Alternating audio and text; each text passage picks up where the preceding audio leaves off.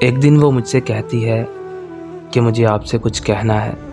وہ چائے کا کپ ہاتھ میں لیے ہوئے دروازے سے اندر آتی ہوئی بولی۔ میں نے اپنی اینک کتاب پر رکھتے ہوئے پلٹ کر کہا، ہاں ہاں کیوں نہیں، بولو کیا بات ہے۔ وہ آہستہ آہستہ چلتی ہوئی قریب والی کرسی پر آ کر بیٹھ گئی، چائے میز پر رکھتے ہوئے بولی، چائے پی کر دیکھیں کیسی بنی ہے۔ اس سے پہلے کہ میں چائے پی کر دیکھتا کہ کیسی بنی ہے، اس بات کا جاننا ضروری سمجھا جو وہ مجھ سے کرنا چاہتی تھی۔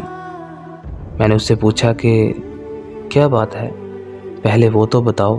تو وہ بولی کہ پہلے چائے تو پی کر دیکھیں کہ کیسی بنی ہے، بات بھی بتا دوں گی، میں کون سا بھاگی جا رہی ہوں۔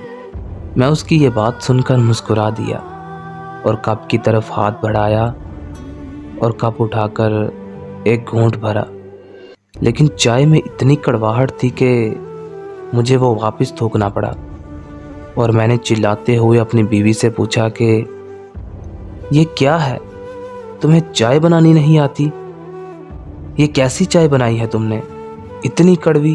اور وہ میری طرف دیکھ کر مسکرائی اور کرسی سے اٹھ کر کھڑکی میں جا کر کھڑی ہو گئی۔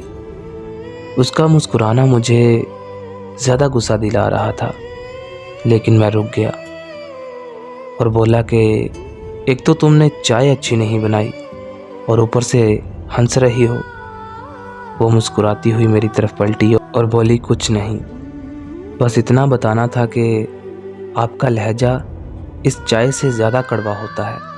اگر آپ اس کڑوی چائے کا ایک گھونٹ اپنے حلق سے نہیں اتار سکے تو سوچیں آپ کے لہجے کے ہزاروں گھونٹ ایک نازک عورت کیسے سہتی ہوگی۔ میں خاموش تھا۔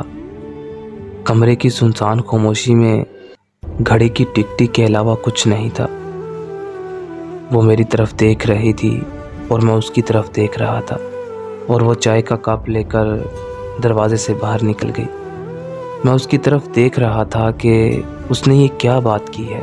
میں ایک زندہ لاش کی مانند رات کے آخری پہر تک صرف یہ سوچتا رہا کہ میرا لہجہ اتنا کڑوا ہے اور وہ اتنے سالوں تک برداشت کر رہی تھی۔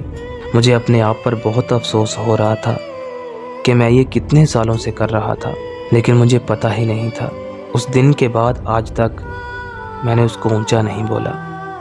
اب وہ بہت خوش رہتی ہے۔ ہم بولتے ہوئے یہ نہیں دیکھتے کہ اگلے انسان میں بھی دل ہے، اس کو بھی کوئی بات بری لگ سکتی ہے۔ ہمارے جو منہ میں آتا ہے ہم اگلے انسان کو بول دیتے ہیں، اور یہ اگلے انسان کا ظرف ہوتا ہے کہ وہ ہمیں پلٹ کر کچھ نہیں کہتا۔ خدا را کسی کا دل مت دکھایا کریں، ہمیشہ سوچ سمجھ کر بولا کریں۔